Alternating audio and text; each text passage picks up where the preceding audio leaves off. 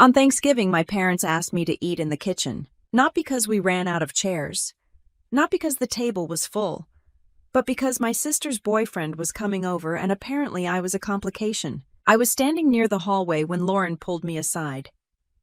She lowered her voice like she was sharing classified intel. "Just stay in here for dinner, okay? It'll be easier." Easier for who? Jason, her boyfriend, was in the Army.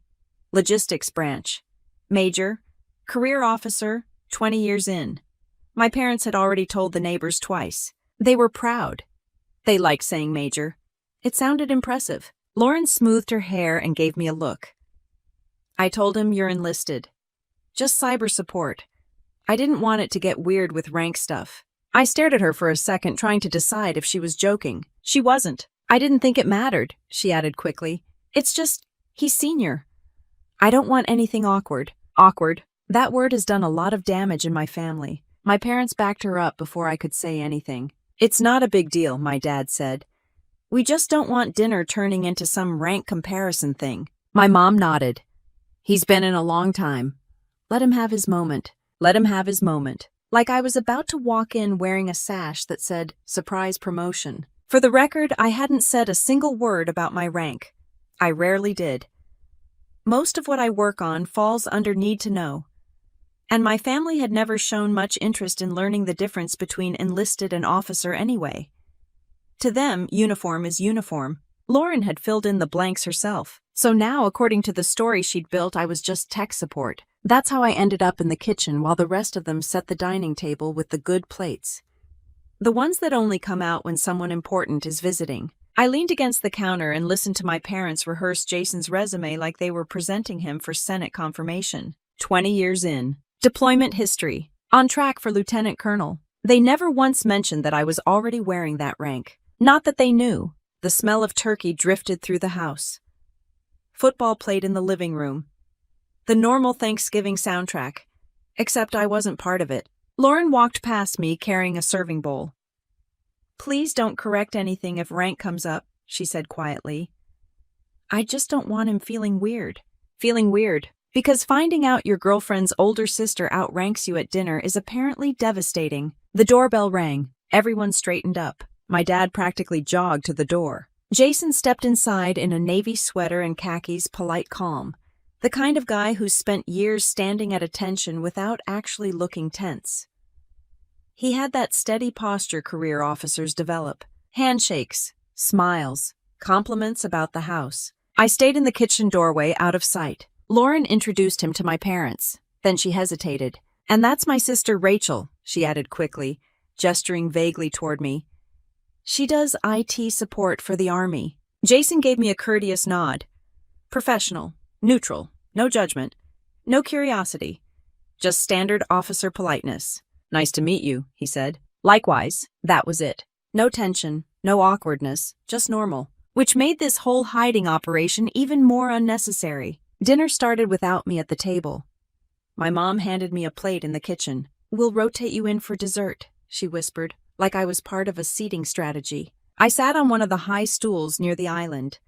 From there I could hear the conversation clearly. Lauren talked about branding campaigns.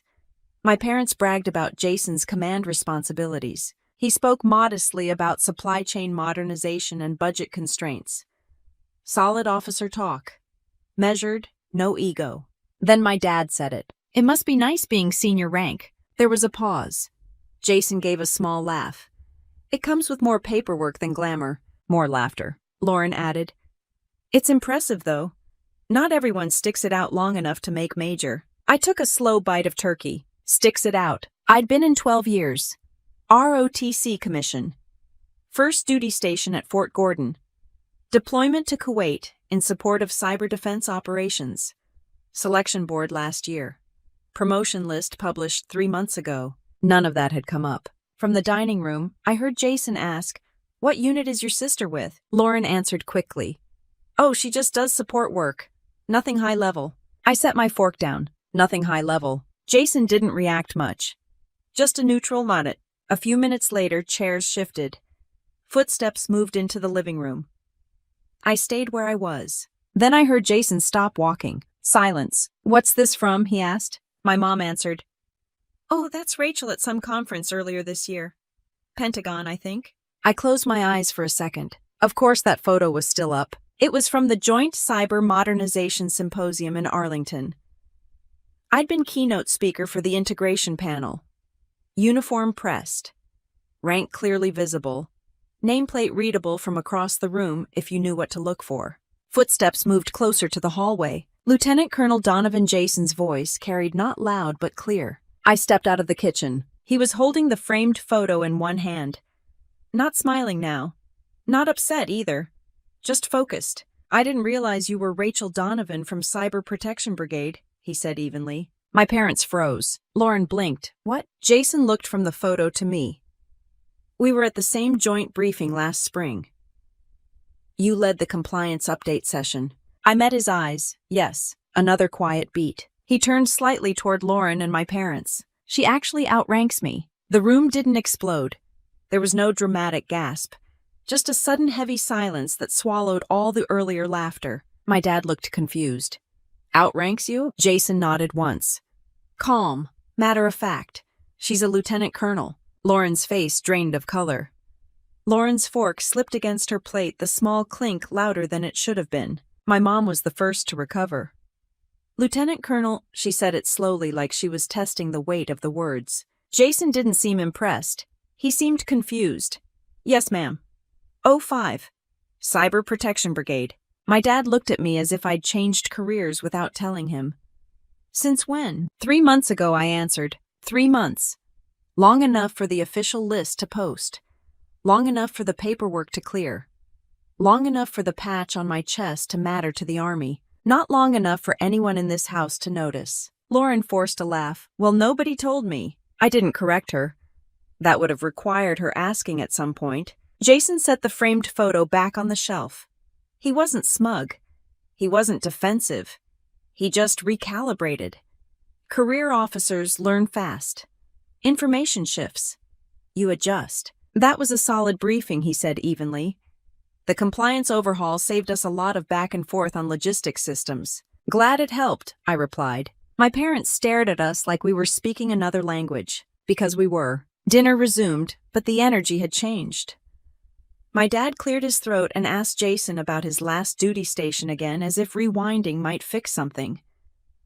Lauren kept glancing at me, calculating. I didn't go back to the kitchen. No one told me to. I pulled out a chair and sat at the table like I'd been there the whole time. The silence felt familiar. Not new. Just upgraded. It reminded me of high school. Lauren had always known how to command attention. She was 5 years younger, but she figured out early that volume and confidence often win over quiet consistency. When I joined ROTC in college, my parents treated it like a phase. You're too smart to limit yourself to the military, my mom told me at the time. Limit myself. Lauren, meanwhile, decided to major in communications after switching twice. My parents called it finding her passion. When I commissioned, the ceremony was on a Saturday in May. My dad said he had a conflict. Lauren had a modeling shoot for a local boutique that weekend. My mom went with her because she was nervous. I pinned my own gold bars on in a hallway with my ROTC instructor watching. They sent flowers. They posted about Lauren's photo shoot. None of that felt dramatic back then. It just felt normal. At the Thanksgiving table, my dad tried to recover control of the conversation. So, Rachel, what exactly does a lieutenant colonel in cyber do? It was the first direct question he'd asked about my career in years. We oversee defensive operations, I said.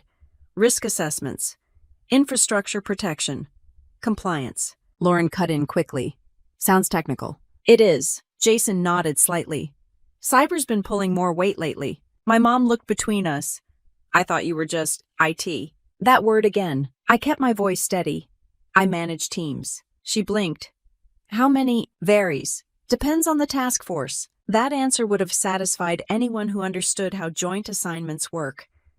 It didn't satisfy Lauren. So you're basically Jason's boss, she asked, smiling too wide. Jason answered before I did. Different branches. Different chains of command. Rank is rank, though. He said it casually. Not challenging, just factual. Lauren's jaw tightened. Growing up, competition was never about grades. I made honor roll quietly. She got celebrated for effort. I paid for my first car with part-time bookstore shifts. 3 weeks later, my parents co-signed one for her for when she turned 16. They called it fairness. When I deployed for the first time, Lauren complained that my absence stressed the family out. My mom asked if I could request a shorter assignment, as if the Army ran on convenience. At dinner, Lauren shifted tactics. "Well, that's amazing, obviously," she said brightly. "I just didn't realize. You never talk about it." There it was, the subtle pivot from dismissal to blame. "You've never asked," I repeated. Jason took a sip of water. He wasn't enjoying this. He wasn't defending her either. He was observing. My dad rubbed his forehead. "Why wouldn't you tell us something like that?" "Because every time I did share something, it turned into a comparison. Because when I made Captain Lauren needed a bigger graduation party. Because when I bought my condo near Fort Meade, Lauren decided she deserved a downtown apartment and help with the deposit. Because every accomplishment I mentioned somehow became a problem to solve for her." I didn't say any of that. "I didn't think it mattered," I said instead. Lauren leaned back. "It matters now." Of course it did. The turkey had gone cold on my plate. No one seemed hungry anymore. Jason cleared his throat gently. "I hope I didn't cause tension." "You didn't," I said. Lauren's eyes snapped toward me. "You didn't," she repeated quickly, almost too quickly. "It's just surprising." Surprising? That word again. Not impressive, not admirable. Surprising. Like I'd accidentally wandered into the wrong rank. My dad tried to lighten the mood. "Well, guess we've got 2 senior officers at the table." Jason smiled politely. Lauren didn't. She had built an evening around the idea that she was bringing the most accomplished person in the room. The story had shifted without her permission, and she didn't like losing narrative control. She stood up abruptly. "I need more wine." She didn't look at me as she passed. The dynamic I'd grown up with was simple. Lauren shines, I stabilize. Lauren performs, I adapt. Lauren escalates, I de-escalate. That system worked as long as I stayed smaller. Tonight I hadn't done anything differently. I just hadn't hidden. That was enough to break the balance. When Lauren returned to the table, her voice was steady again. "So how long have you been in Cyber Command?" she asked Jason, deliberately turning away from me. "About 6 years," he replied. She nodded, relieved to be back on safe ground. But every few minutes her eyes flicked toward me, measuring, recalculating. The room didn't explode. No one yelled. No dramatic confrontation. Just a shift in gravity. For the first time in this house, I wasn't the quiet background detail. I was the variable no one had accounted for. Lauren refilled her glass, like nothing had shifted, but her grip on the bottle was tight enough to rattle it against the rim. I took a slow breath and focused on my plate, letting the room settle into its new version of normal. No one asked me to go back to the kitchen. No one apologized either. Jason tried to balance the conversation, asking neutral questions about holiday traditions, favorite duty stations, football. He was good at that. Career officers learn how to keep a room from fracturing. My dad cleared his throat again. "So what made you pick cyber in the first place?" It sounded casual, but it wasn't. It was the first time he'd asked anything about how I ended up where I am. "I tested into it," I said. "It fit." That was the short version. The longer version started at 18. I joined ROTC because I wanted structure, direction, something measurable. Lauren was already good at being seen. I was better at solving problems. The Army had room for that. My parents didn't protest. They just didn't celebrate it either. "You can always change your mind," my mom had said when I signed the contract, like it was a semester abroad. During college, Lauren's life got louder. Social media, parties, influencer internships. My parents shared every photo, commented on every event. When I completed advanced camp and came back with top evaluations, my dad said, "That's nice," then asked if Lauren needed help moving apartments. It wasn't cruel. It was consistent. After commissioning, I went to Fort Gordon for Cyber BOLC. The training was intense. Long hours, technical drills, real-world scenarios. I called home once a week. The calls were short. "Are you safe?" "Yes." "Okay." Lauren would get on the line and talk about brand partnerships for 20 minutes. My mom would laugh. My dad would ask for links. When I deployed to Kuwait for defensive cyber support, the reaction was mixed. My dad worried about the region. My mom asked if I could request something closer to home next time. Lauren complained that holidays would feel incomplete. I didn't argue. I just did the job. The work mattered. We weren't kicking down doors. We were protecting systems that kept operations running. Quiet defense, no headlines, but necessary. Back at Thanksgiving, my mom leaned forward slightly. Is it stressful, being that high up? It's responsibility, I answered. She nodded slowly like that clarified everything. Lauren swirled her wine. So you've been hiding this the whole time? I looked at her. I haven't hidden anything. You never said you were that rank. You never asked. Jason stayed quiet, observing again. He knew enough about military culture to understand how strange this conversation was. Rank isn't a party trick. You don't introduce yourself by listing pay grades at Thanksgiving dinner. But Lauren lived in a world where titles were branding. So when did this happen, she pressed. Promotion board results came out in August. And you just didn't think to mention it. I shrugged. Didn't come up. It hadn't. Because the last time I'd mentioned a milestone, it turned into something else. When I made major years ago, my mom congratulated me, then asked if that meant I could help Lauren network with defense contacts. When I bought my condo near Fort Meade, my dad joked that at least one of his daughters finally had stable income. Stable, like the Army paycheck had been a mystery up to that point. The truth was simple. I stopped offering information that turned into comparison. Jason finally spoke. Promotion boards aren't small things. Lauren shot him a look. He didn't backtrack. Selection rates aren't high, he added. He wasn't praising me.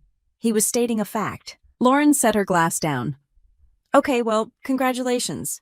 Obviously. The word obviously did a lot of heavy lifting. My dad shifted in his chair. Why didn't we know you were that senior? Because you didn't care to know. I kept it neutral. Most of my work isn't something I can talk about in detail anyway. That was true. Cyber operations compliance, infrastructure protection. You don't bring PowerPoint slides home for the holidays. My mom folded her napkin carefully. We just want to understand what you do. The sentence sounded good. But understanding takes curiosity. Growing up, curiosity had a direction in this house. It flowed toward Lauren. When she changed majors twice, they asked how she felt. When she quit a job after 3 months, they discussed her growth.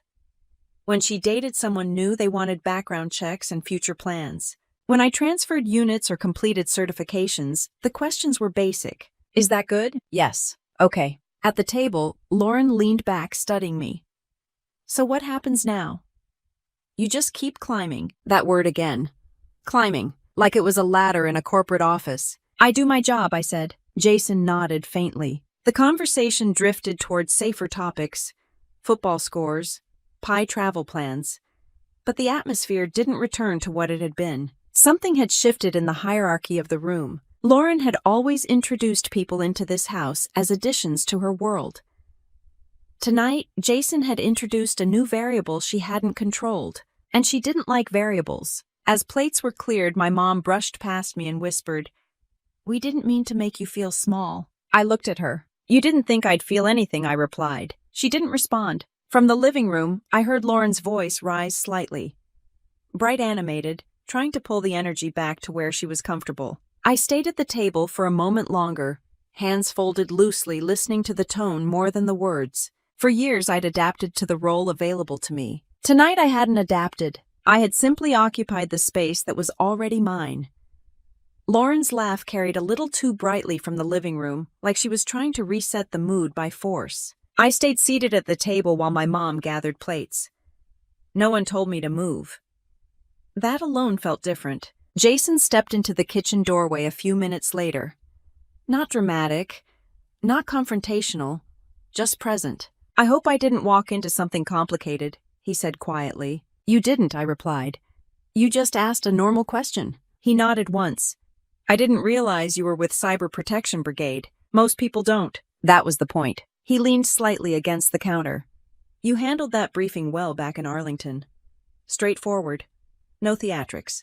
I try to keep it that way." He gave a small smile. "Professional respect. Nothing more."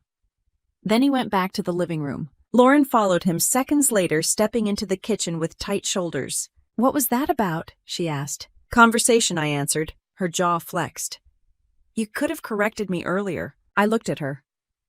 "You told him I was enlisted. So you didn't ask." She let out a sharp breath. You knew what I meant. I did. She meant hierarchy. She meant optics. Why does it matter? I asked. Because it's weird, she snapped, keeping her voice low. He's a career officer. I didn't want him thinking I misrepresented anything. You did. She froze. I didn't lie, she said quickly. You just never clarified. That was true in the technical sense. I hadn't clarified. Because I'd learned years ago that clarification only mattered when someone cared about accuracy. My dad stepped into the kitchen, sensing tension like he always did. Everything okay? Fine, Lauren said instantly. He looked at me. We didn't know you were that senior. You didn't ask, I repeated. He rubbed the back of his neck. You could have told us. The sentence landed differently this time. Could have told us. When I made captain, I called home. My mom congratulated me, then asked if I was planning to leave the army soon. When I made major, my dad joked that now I'd finally stuck with something. When I transferred to Fort Meade for Cyber Command, Lauren asked if that meant I'd be working on Wi-Fi stuff. After a while, updates started to feel unnecessary. I didn't think it would change anything, I said. Lauren crossed her arms. Well, it changed tonight. That was the real issue. It changed her narrative. In the living room, Jason's voice drifted back through the hallway. Calm. Measured. He was answering one of my mom's questions about logistics procurement cycles. Lauren straightened up.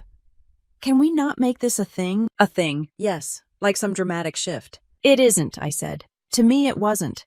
My rank hadn't changed in this house. Only their awareness of it had. Lauren leaned closer.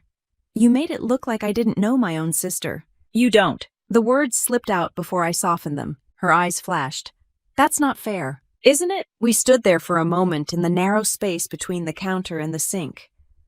Years of small dismissals stacked quietly between us. She had always assumed she understood my life in broad strokes. Army, tech, structured, predictable. The specifics never interested her. Jason walked back in, probably sensing the temperature shift. Everything good? He asked. Lauren turned instantly bright again. Of course. He glanced at me briefly. Assessing, not intrusive, just aware. My mom followed behind him.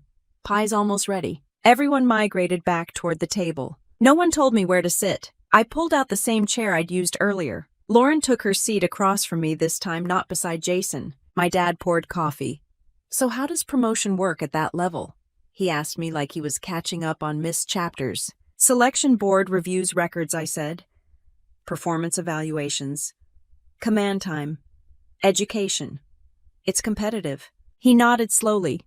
What's the rate? Depends on the year. Jason filled in gently. It's not automatic. My mom looked surprised. So you don't just move up? No. Lauren stirred her coffee too hard. Well, that's impressive then. It sounded rehearsed. Thank you, I said. Silence stretched, but it wasn't the old silence. It wasn't dismissal. It was recalibration. My dad cleared his throat. I guess we never really understood how rank works. That's okay, I replied. It was okay. Lack of knowledge wasn't the problem. Lack of curiosity had been. Lauren leaned forward slightly. So does that mean you could, influence assignments or transfers? There it was. The first shift from shock to opportunity. No, I said evenly. That's not how it works. Jason didn't react outwardly, but I saw the slight tightening at the corner of his eyes. Lauren shrugged. I'm just asking. I know. My dad looked between us. We're just trying to understand. Understanding is a funny word. Sometimes it means learning. Sometimes it means figuring out how something benefits you.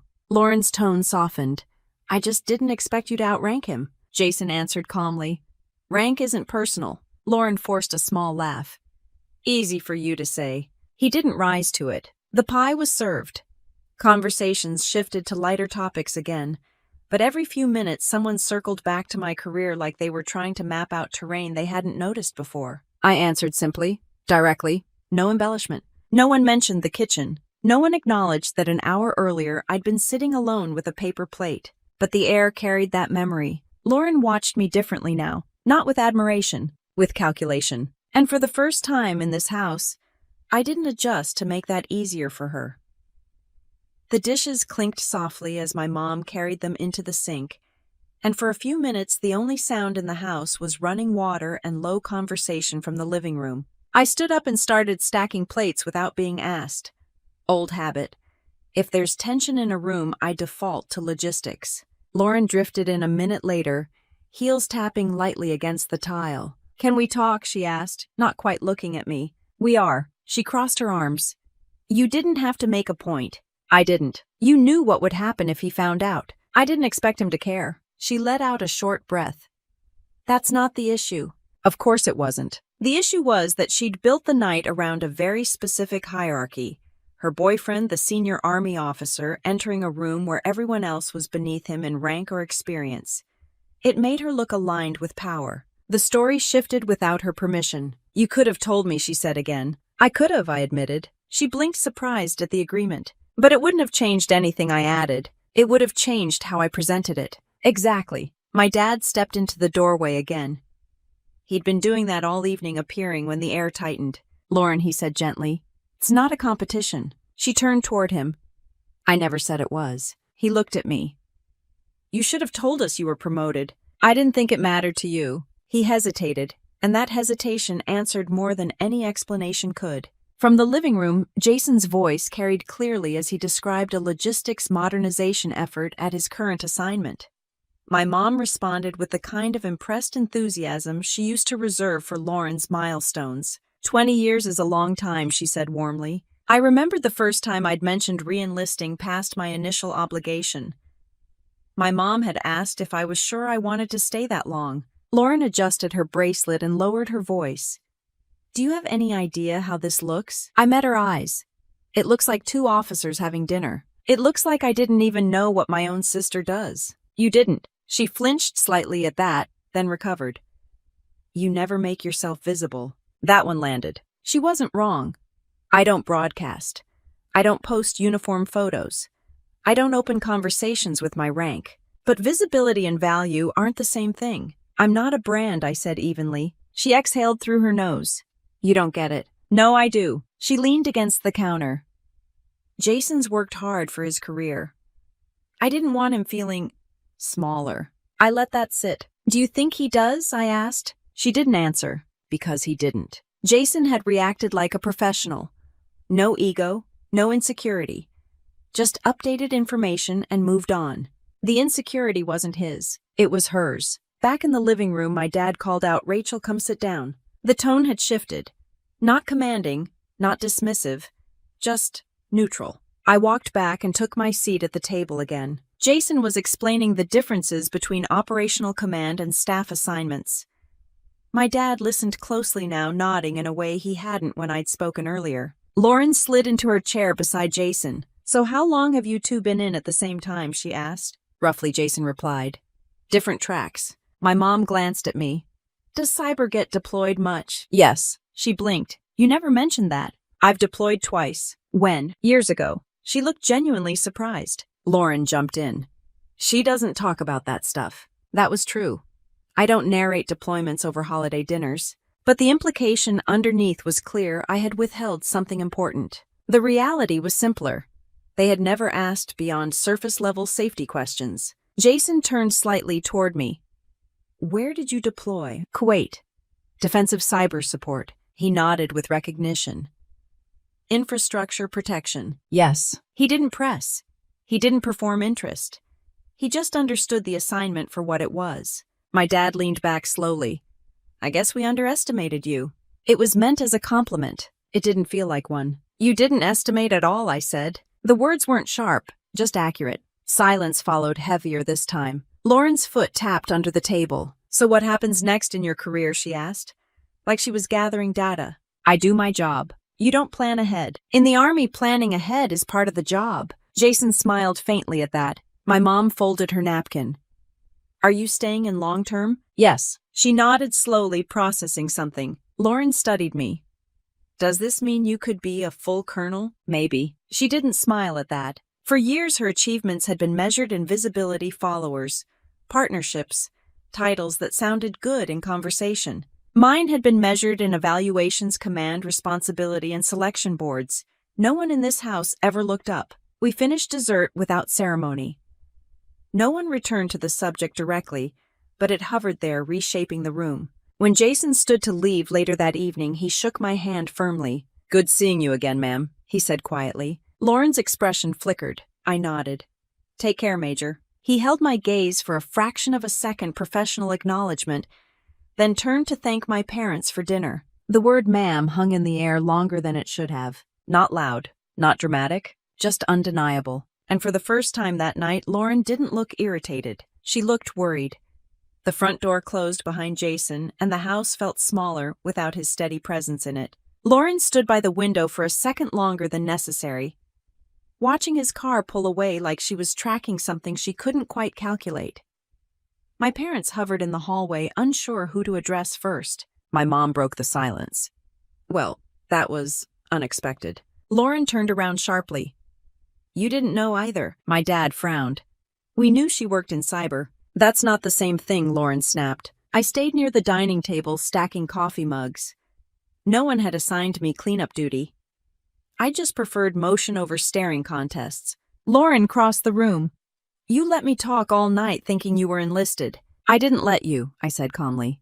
You decided. You could have corrected me before he got here. You never asked. The repetition wasn't strategic. It was just consistent. My dad rubbed his temples.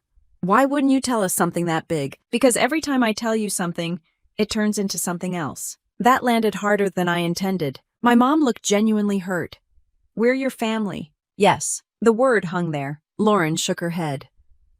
This makes me look stupid. That wasn't my goal. But that's what happened. I leaned against the chair and looked at her.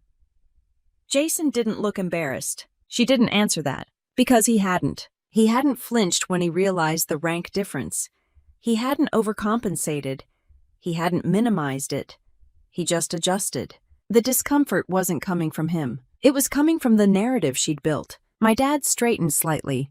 Rank aside, we're proud of you. The timing was almost impressive. I met his eyes. You weren't an hour ago. That's not fair, my mom said quickly. What changed? I asked. No one spoke. Lauren paced once across the rug. You think this is about pride? It's about respect. From who? From him. Jason respects rank, I said. That's part of the job. And you outrank him, she shot back like it was an accusation. Yes. The word came out steady. No edge. Lauren looked at my parents. See? She doesn't even care. That almost made me laugh. 12 years in uniform teaches you how to control tone. It doesn't erase awareness. I cared about my work. I cared about my teams. I cared about doing the job right. I didn't care about performing rank at Thanksgiving. My mom sank into one of the dining chairs. We didn't realize you were that senior. I know. You never wear your uniform around us. I don't wear it for holidays. Lauren crossed her arms. You never talk about it either. Because when I do, you change the subject. The room went quiet again. My dad let out a slow breath. Maybe we didn't understand how serious your career was. Serious? Like it had been a hobby up until tonight. It's the army, I said. It's always serious. Lauren's voice sharpened. You could have at least given me a heads up, so you could frame it differently. Yes, there it was. Control. She didn't mind the rank itself. She minded not controlling how it was introduced. My mom looked between us, searching for balance. We were just trying to make a good impression.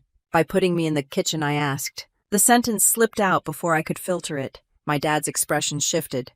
That wasn't what we meant. It's what happened. Lauren rolled her eyes. It wasn't exile. It wasn't inclusion either. That hit closer than anything else had tonight. For years, I'd accepted small exclusions as logistics, as timing, as convenience. Sit here. Don't mention that. Let her have this. Tonight, I hadn't agreed to disappear. I just stood where I already stood. Lauren walked toward the hallway, then turned back. Jason's going to think I lied. You did, I said evenly, but not maliciously. She stared at me. You always talk like that. Calm, controlled. It works. For you. Yes. She let out a short, frustrated laugh. You don't get it. This was supposed to be simple. It was. She shook her head. No, it wasn't. My mom stood up slowly. Let's not turn this into something bigger.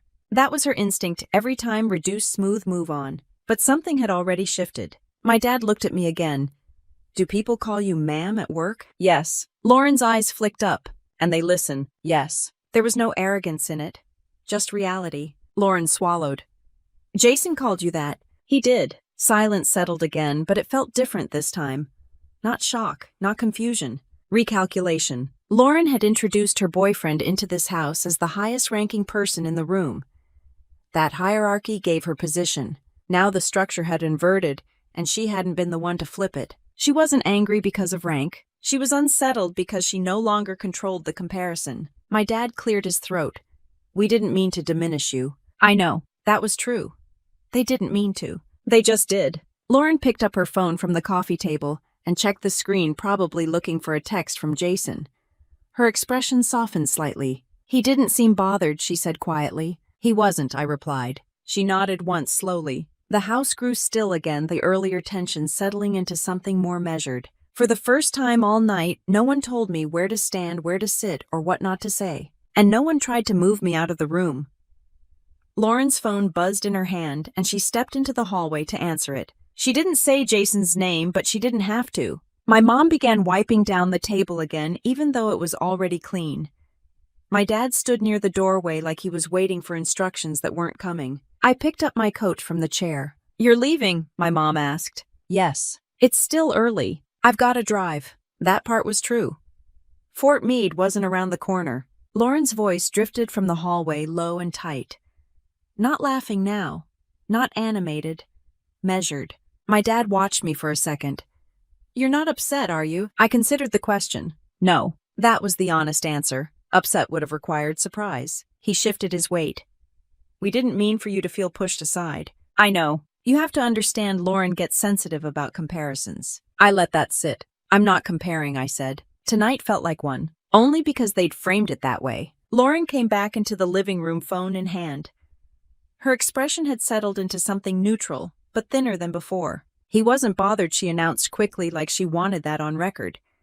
"He just didn't expect it." "Did he say anything else?" my mom asked. "No." She glanced at me. "He said congratulations." "That's good," my dad replied. Lauren nodded, then turned directly to me. "But you made me look uninformed." "I didn't correct you publicly," I said. "He recognized me on his own." "You still let it happen." That phrase again. Let it happen. I put my coat on slowly. "What would you have preferred?" "A heads up." "You could have asked." Her jaw tightened. "You're not hearing me." "I am. What I'm saying is you knew I was presenting him as senior." "You were." She blinked. "He is senior," she added quickly. "So am I." The words didn't carry pride, just symmetry. Lauren looked to my parents for reinforcement. My mom hesitated. "It just caught us off guard." "That part I understand," I said. My dad cleared his throat. "Maybe we should have talked about rank before dinner." Maybe I agreed. That was as close as I was going to get to shared responsibility. Lauren exhaled sharply. "This isn't about rank." "What is it about?" She paused. Respect hovered there, unspoken. Visibility. Control. "My relationship," she said finally. "How did I threaten it?" "You didn't threaten it," she said quickly. "You complicated it." I almost smiled at that. Complicated in this house meant unpredictable. "I didn't bring up my rank," I reminded her. "But you didn't downplay it either." That was the first honest thing she'd said. For years I'd downplayed it, minimized it, simplified it into something safe. Tonight I hadn't. I'd answered directly. Lauren crossed her arms again. "You always do this calm thing. Like you're above it."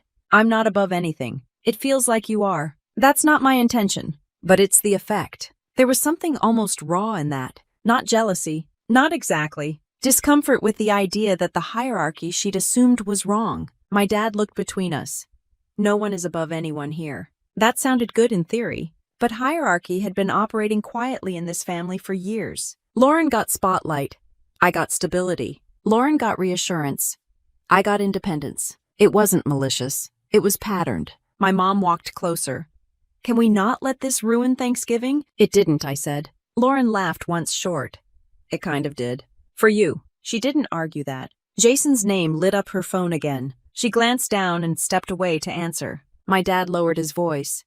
"We really are proud of you." "I appreciate that." He nodded slowly. "We just didn't understand." "Understanding requires asking," I said. He absorbed that without defense this time. Lauren returned a minute later, shoulders squared. "He wants to know more about your unit," she said. "That's not something I can go into." He wasn't asking for classified information. "I know." She stared at me. "You don't have to shut everything down." "I don't shut down. I filter." She exhaled. "He said your briefing changed how his command approached compliance." "That's good." "That's it." That's all you're going to say? Yes. Lauren studied me like she was trying to find something unstable to press on. There's something very convenient about you, she said quietly. How so? You don't react. I looked at her evenly. I react. I just don't perform it. That unsettled her more than anger would have. My mom glanced at the clock. It's late. It wasn't that late, but the evening had stretched. I picked up my keys. Lauren stepped into my path, not blocking, just close enough to slow me. Are you going to tell people about this? She asked. About what? That you outrank him. I don't tell people about you. She flinched slightly. I'm not interested in turning this into a story, I added. Her shoulders dropped a fraction. Good, she said. Because she knew how stories traveled. She lived on them. I walked toward the door. My dad followed. Drive safe. I will. My mom hugged me briefly. Tighter than earlier. Lauren stayed near the hallway, phone still in her hand. As I stepped outside, the air felt sharper than it had when I arrived. Behind me, the house lights glowed warm and steady. Inside, the narrative had shifted. Not loudly, not dramatically, but permanently enough that no one was quite standing in the same place anymore. My phone lit up before I hit the highway. Lauren's name. I let it ring out. A second later, a text came through. He wasn't upset. He just didn't like being surprised. I kept driving. Another one. You could have told me, Rachel. I didn't answer. The road out of Ohio was dark and steady. Familiar. I'd driven it dozens of times after holidays. Deployments, random weekends home. The distance always felt longer on the way back. By the time I crossed into Pennsylvania, my phone buzzed again. This time it was my dad. I let that go too. The next morning, the messages were waiting. My mom first. We've been thinking. Maybe we should all talk calmly. Then Lauren. Jason asked more about your position. That one made me pause. Not because it was surprising, because of the tone. Curious. Calculating. A few hours later, while I was back in my condo near Fort Meade, Lauren called again.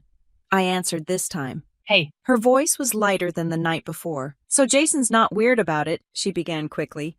He actually respects it. That's good. He said your compliance overhaul helped his command streamline a process. Good. There was a beat. And he's interested in possibly transitioning into more cyber-related logistics integration. There it was. Okay, I said evenly. He was wondering, do you sit on any advisory boards or influence task force selections? No, that wasn't a no, she said. It was. She shifted tactics instantly. I'm not asking you to break rules. I wouldn't. I'm just saying, if there's a way to point him in the right direction, that's not how it works. Come on, Rachel. You're senior. Yes. So you know people. I do. And that doesn't mean I leverage that for family. She exhaled sharply. It's not like I'm asking for a promotion. It doesn't matter. Everyone networks. Networking in uniform has boundaries. She went quiet for a second. Jason thinks highly of you, she added carefully. He mentioned that. That's professional respect. You don't think that could help? Not like that. She shifted again. You owe us a little grace after last night. There it was. The pivot from curiosity to obligation. What does that mean? I asked. You blindsided me. I didn't. You knew. I didn't know you'd introduce me as enlisted. She sighed. Fine. But we're past that. Now we're just trying to figure out what this means. For what? For us. The word hung there. U.S. Family. Reputation. Opportunity. It doesn't mean anything different, I said. My job stays my job. Jason's been looking at expanding his scope, she continued. Cyber integration is the future. I'm aware. So maybe you could mentor him. He doesn't need mentoring. That's not the point. What is? She lowered her voice. If you support him, that looks good. For who? For both of you. There it was again. Optics. This isn't LinkedIn, I said calmly. You're being rigid. I'm being compliant. With what? With regulations. She scoffed. It's not like you're steering contracts. That's exactly what I avoid. Silence stretched. Then she softened. I just don't want him thinking I'm disconnected from my own family. That's not my responsibility. It kind of is. No. The word landed clean. She let out a breath that sounded more frustrated than angry. You always draw lines. Yes. Family doesn't draw lines. Healthy ones do. She didn't like that. So you won't even introduce him to anyone. I can introduce him in social settings.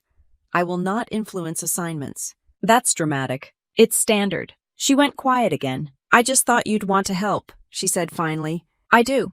Just not by crossing boundaries. A long pause. He said you were respected, she added. I am. Then use that. I already do. For what? For the job. She exhaled through her nose.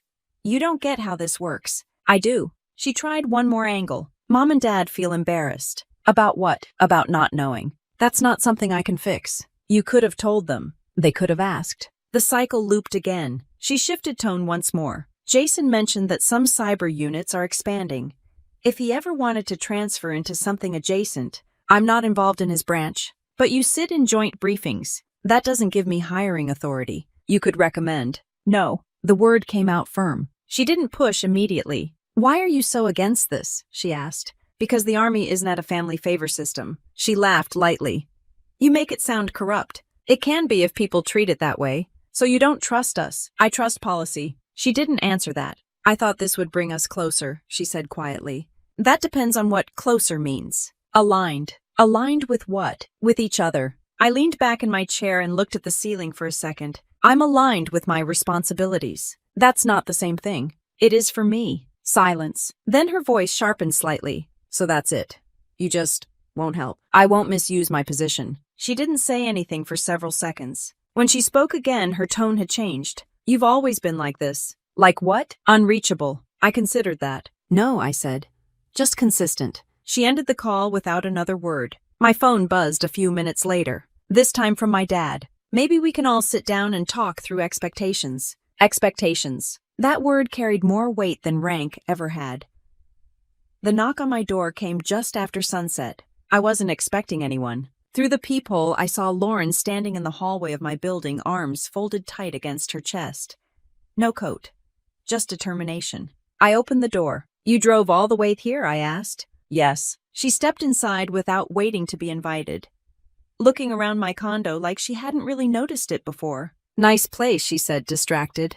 Thank you. She stayed standing. So this is where you live, she added as if confirming something. It has been for 3 years. She nodded once, then got straight to it. Jason talked to his mentor. Okay. He said cyber integration is going to be huge in the next few years. That's accurate. And that having strong relationships across branches matters. It does. She stepped closer. So why are you acting like this is inappropriate? Because influencing assignments across chains of command is... You keep saying that. Because it's true. She shook her head. You're exaggerating. I'm not. It's not like you're handing him a contract. Perception matters. She stared at me like I'd missed something obvious. You don't see the opportunity here. For what? For alignment. There's that word again. She exhaled sharply. You could help him understand cyber better. I already have. At work. That's not what I mean. Then what do you mean? She hesitated, then said it plainly. You could advocate for him. No. The word landed faster this time. Her jaw tightened. You didn't even think about it. I did. And the answer is no. She paced once across my living room, hands moving as she spoke. You made me look small at Thanksgiving. I didn't. You let him call you ma'am in front of everyone. That's protocol. You didn't correct him. There was nothing to correct. She stopped pacing. You knew what that did. What did it do? It shifted the dynamic. It clarified it. She stared at me. You've always done this, she said quietly. Done what? Acted like you don't care. I care about the right things. That's your definition. Yes. She laughed once, short and sharp. You're unbelievable. I didn't react. That bothered her more than if I had raised my voice. You think you're above this, she said. I don't. You act like you're above us. I act like I have responsibilities. She shook her head again. Mom and Dad feel embarrassed. About what? About not knowing your rank. About putting you in the kitchen. That wasn't my idea. I know. Then why is that my burden? She didn't answer immediately. Because you're the one who changed the balance, she said finally. I didn't change anything. You did. I just didn't shrink. That stopped her. You think I made you shrink? She asked. Yes. The word was steady. She took a step closer. I asked you to sit in the kitchen to avoid awkwardness. You asked me to disappear. That's dramatic. It's accurate. She opened her mouth, then closed it. I was protecting my relationship, she said. From what? From imbalance. Jason didn't feel imbalanced. You don't know that. I do. She exhaled hard. He said you handled yourself like you were used to command. I am. And that made me look like I didn't understand you. You don't. Her eyes flashed. I've always supported you, she insisted. I looked at her. When? She faltered. When you deployed, she said quickly. You complained about the holidays. That's not fair. It's factual. She crossed her arms tighter. When you bought this place, she tried again. You asked if I could help with your rent. That's what family does. No, I said evenly. Family supports without leveraging. She stared at me like I'd insulted her. So now you're judging me. I'm setting boundaries. You sound like a therapist. I sound like an officer. That irritated her more than anything else. Everything with you comes back to the army, she snapped. Because it's my life. You make it your whole identity. It's a profession, not a costume. She stepped back slightly. You didn't even hesitate when I asked for help. I did. No, you just shut it down. Because it's not negotiable. She studied my face, looking for cracks. There's no part of you that wants to even the field, she asked quietly. Between us, yes. The field isn't uneven. It is, she said. You outrank him. That's not personal. It feels personal. That's on you. Silence filled the room. You really won't help, she asked one more time. No. She swallowed. You could at least acknowledge that last night hurt me. It wasn't meant to, but it did. I nodded once. I didn't set out to hurt you. That's not the same as caring that you did. I care, I said.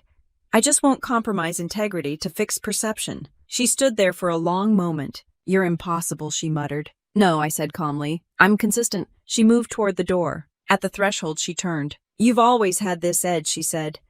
Like you're waiting to prove something. I'm not proving anything. Then what are you doing? Doing my job. She held my gaze, searching for something she could still shift. You tried to make me disappear, I said quietly. Her expression changed. I didn't. You did. She didn't argue that this time. She just looked tired. Without another word, she opened the door and stepped into the hallway. The door closed behind her with a soft click. The room felt steady again. I locked the door and stood there for a second, listening to the quiet settle back into my condo. No raised voices, no performance, just still air. My phone buzzed once more on the kitchen counter. A message from Jason. I hope I didn't create tension. For what it's worth, you handled yourself professionally.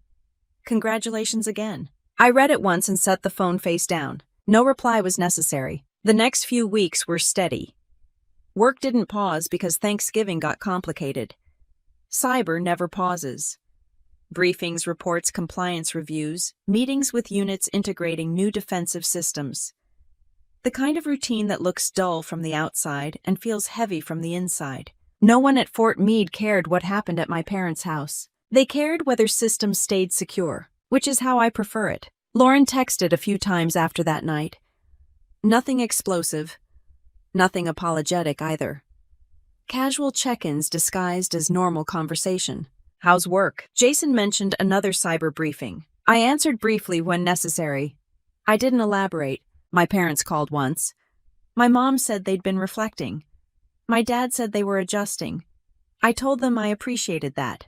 No dramatic reconciliation. No dramatic fallout. Just space. About 6 weeks later, I stood in a small auditorium on base in dress uniform. Not for a surprise promotion.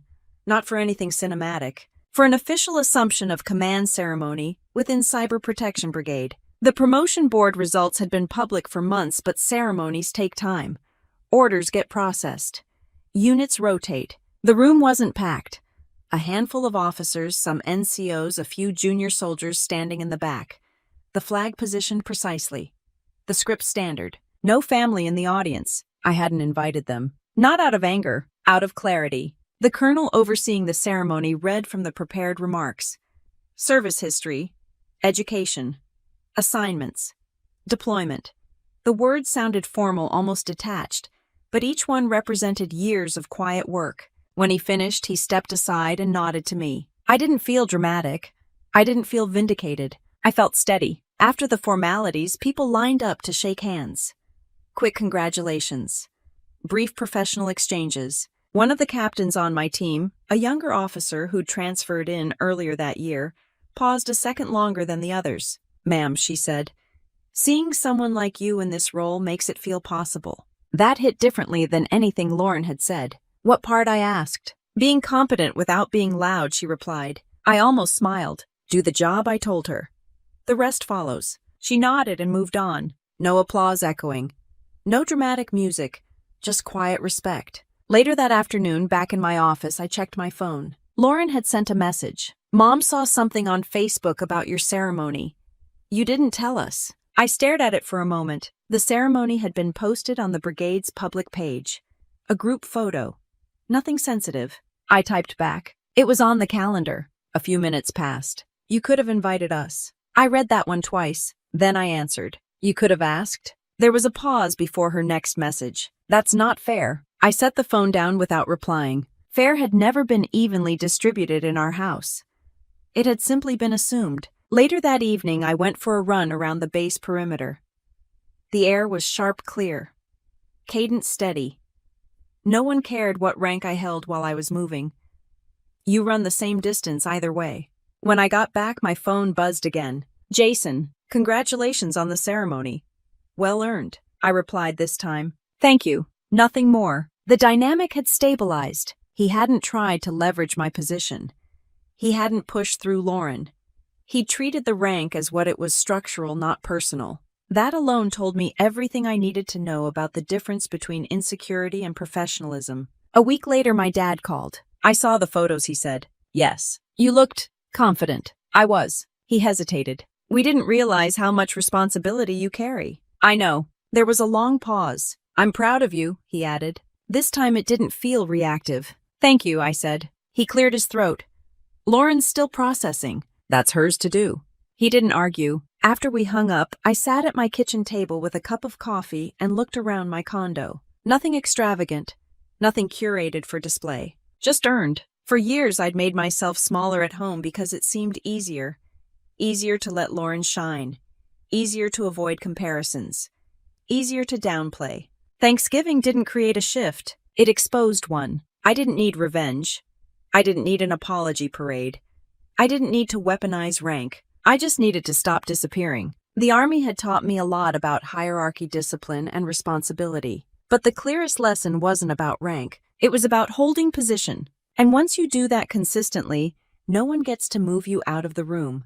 I stood there in a plain sweater and jeans, no uniform, no insignia, just myself. No one had asked. Now they were looking at me like I'd switched uniforms mid-dinner. The house in Ohio is still there. The dining table is still the same. Thanksgiving will come around again next year, whether anyone feels ready for it or not. What changed wasn't the holiday. It was me. For a long time, I thought keeping the peace meant staying quiet. I thought minimizing my rank, my career, my deployments made things smoother. It didn't. It just made it easier for people to underestimate me. That night wasn't about outranking anyone. It wasn't about embarrassing my sister or proving a point to my parents. It was about standing in the room without shrinking. About answering questions directly. About refusing to trade integrity for approval. Family drama doesn't always end with shouting. Sometimes it ends with boundaries. Sometimes the strongest form of revenge in family revenge stories isn't payback, it's clarity. It's choosing not to disappear just to keep someone else comfortable. If this story hit close to home, if you've ever felt sidelined at your own family table or pushed aside in your own life, you're not alone. These kinds of family drama moments are more common than people admit. Subscribe to the channel for more military and family revenge stories, told straight without exaggeration and without sugarcoating. Real stories about rank, respect, boundaries, and what it actually takes to stand your ground.